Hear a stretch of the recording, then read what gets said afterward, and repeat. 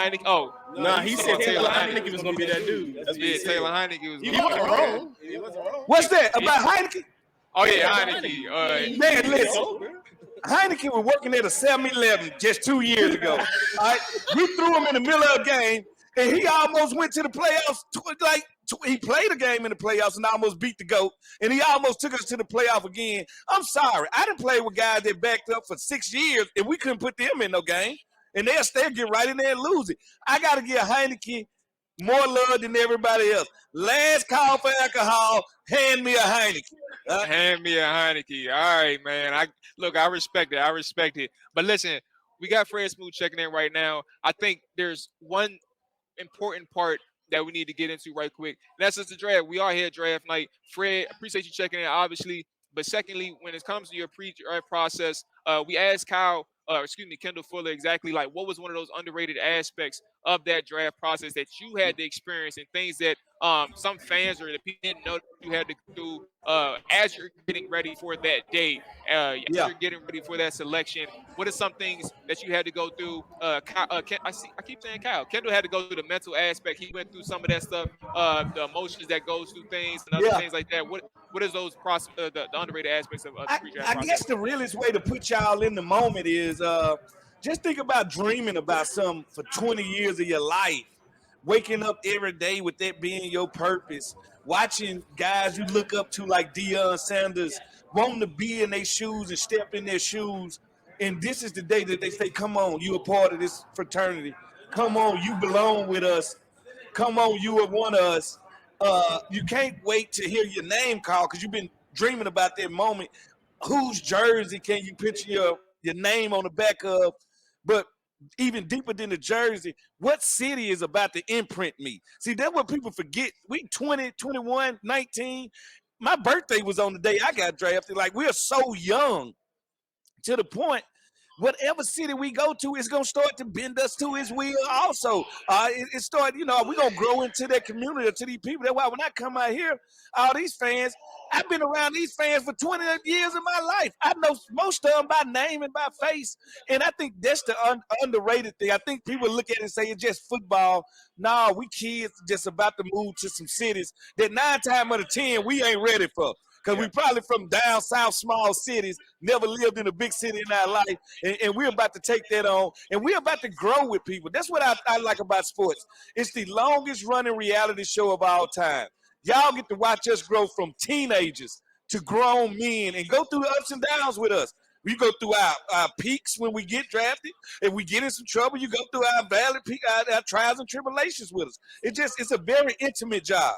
Now, there's one thing that you just spoke on, man, that just popped into my head, and it's the fan side, and it's us witnessing these players and growing to know these guys and growing to know the athletes themselves. But I think it's important to know, like, from a mental side as well. Like, how do you deal with? Well, first off, when you were playing, it wasn't Twitter or anything like that. I know you had your website. I would say I started Twitter. SmootSmack.com was the first Twitter where I was talking. I was the first Twitter.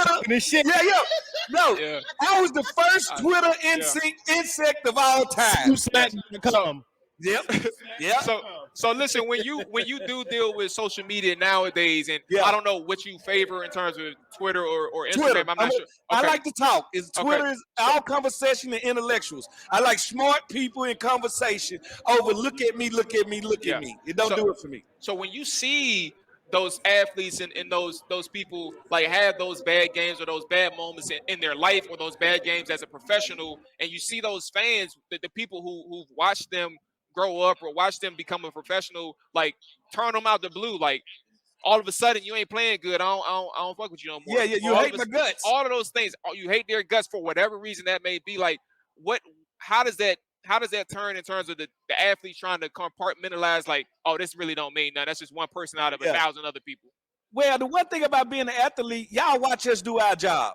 All right? When we fuck up, you see it. When we ball out, you see it. We are so used to doing stuff in front of y'all that we forget y'all there most of the time. So it don't bother us. It's a part of the athlete's psyche to fail in front of you. We fail in front of y'all all the time. It don't hurt our feelings.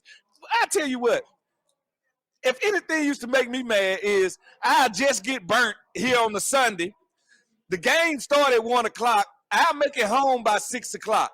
So me, I'm chill. I go to the grocery store, grab me some meat so I can put it on the grill, run into somebody in the grocery store. What happened today? Like, what happened on that play? But Fred, it's a little different these days. They do have Twitter. A lot of these athletes can't handle Hey, that. but guess what? Twitter thugs, everybody hard behind the computer.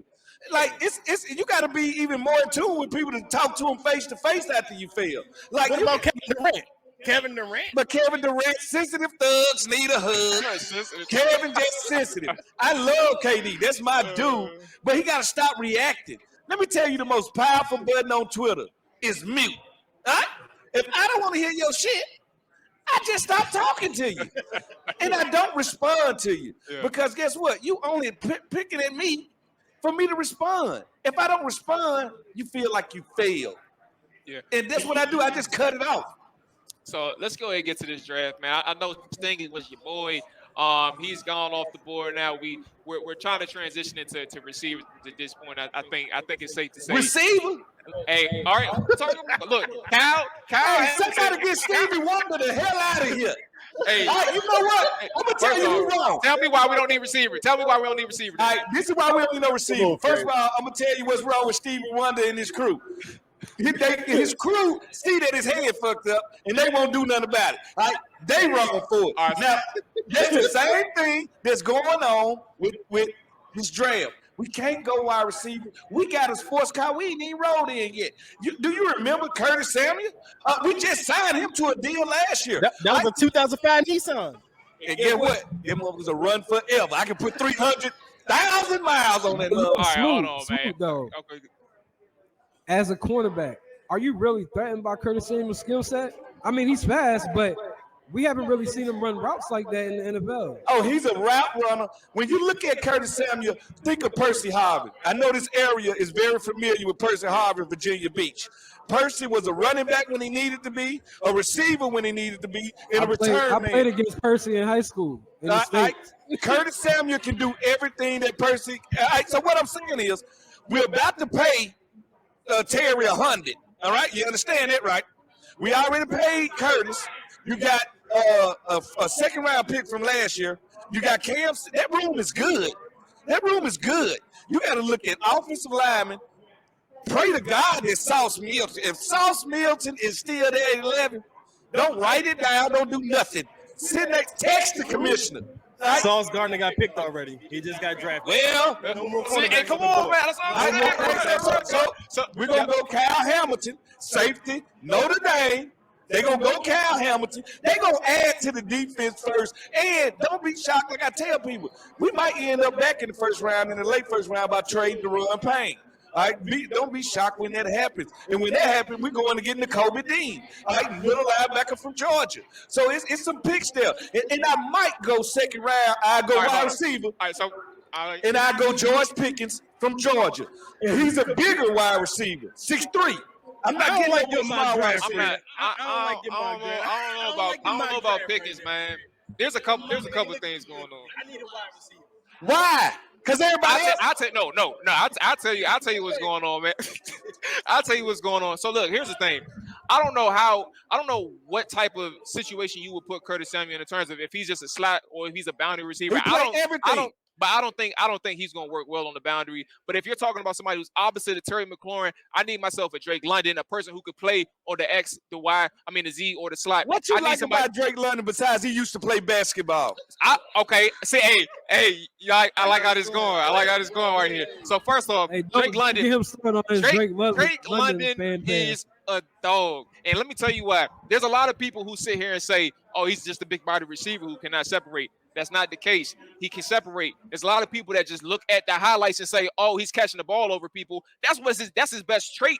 That's his elite trait. But if you look at the tape, he's elite when it comes to contested catches. Yes, correct. He's elite. 100%. And but when you look at the game, when you look at each game that he plays and you see What does he do well? He has that short area quickness. He has things that if you even tried to press that man, it's going to be a problem. A lot of people don't even understand that because he's playing against these off coverages. He's playing against all these other things, but he's playing in the Pac-12. And he's playing in the Pac-12. They over there pillow fighting in the Pac-12 last time I checked. 100%. So let's get through the pros and the cons. The cons, like you said, he lacks the foot speed. He's not going to be able to beat you through a pure foot race. That's we know that part. He's not going to be able to do it, and that's fine. And also, he played in the Pac-12. There's questions about the defensive backs, smaller. There's nobody who's really going to match his size, things like that. Okay, that's fine. But when you look at the people in terms of his strengths, and you talk about his strength at the catch point, his play strength, his being able to separate through multiple ways, I'm a fan of him. I don't think there's nobody who really understands the fact that you can dot somebody up without even having to worry about your foot speed. This is Drake London's agent, by the way. I'm the representative, man. He's earning his 3%. Hey,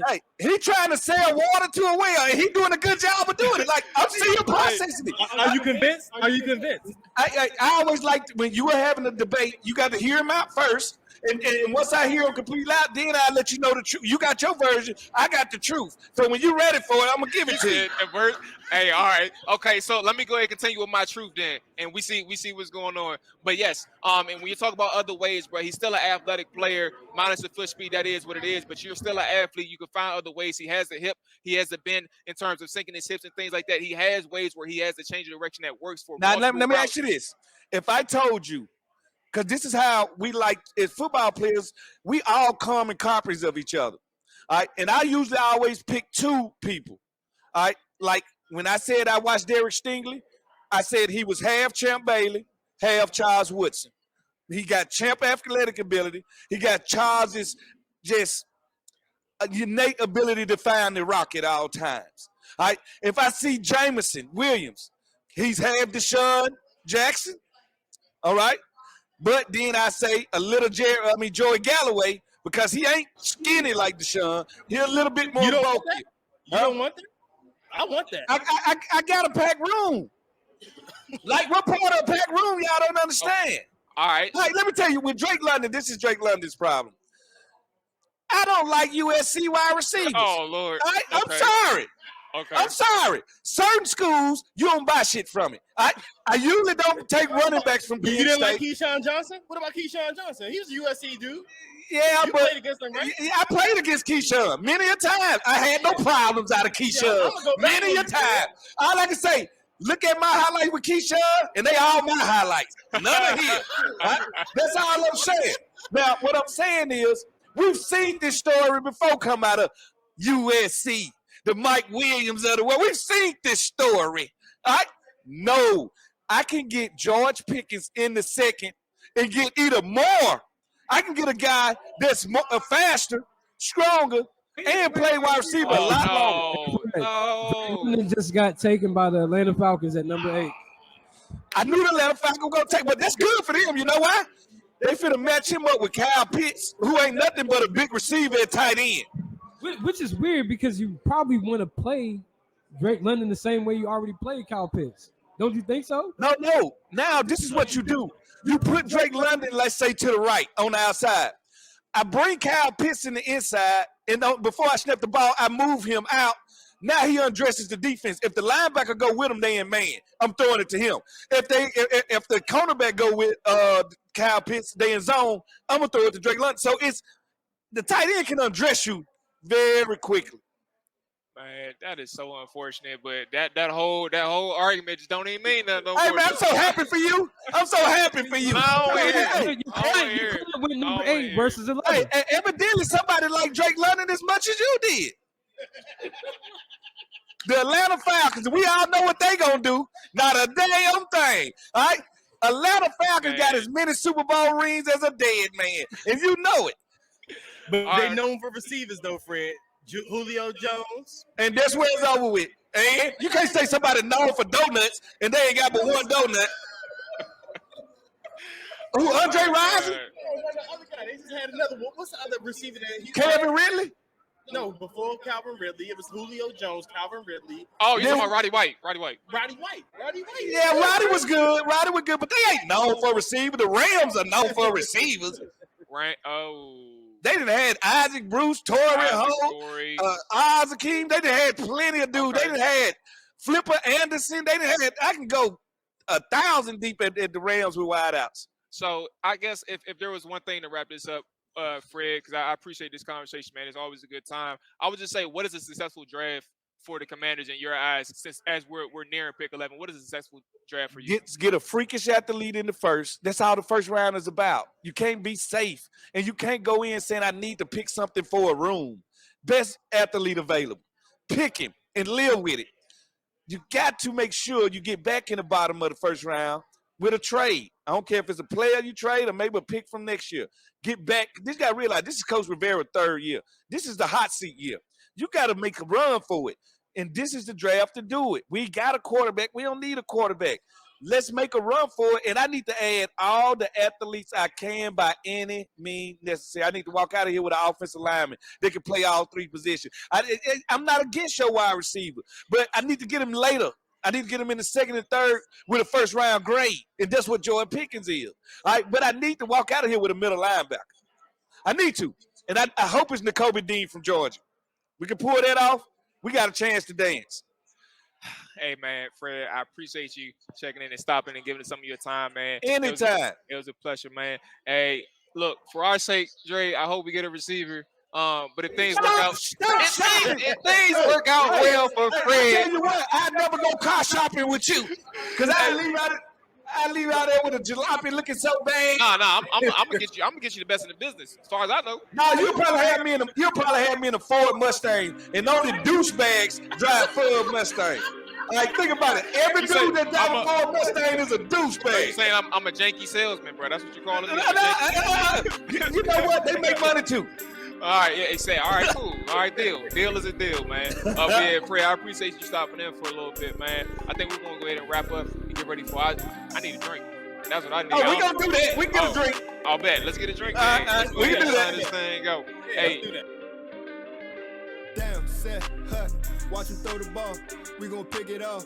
You gon' let him hit the hole or you gon' cut it off. You gon' play through fourth and long or you gon' punt it off. Your defenders, heavy hitters, put your pads in. Don't be looking for the ref to throw no flags in. Keep the helmet on, keep the cleats tight.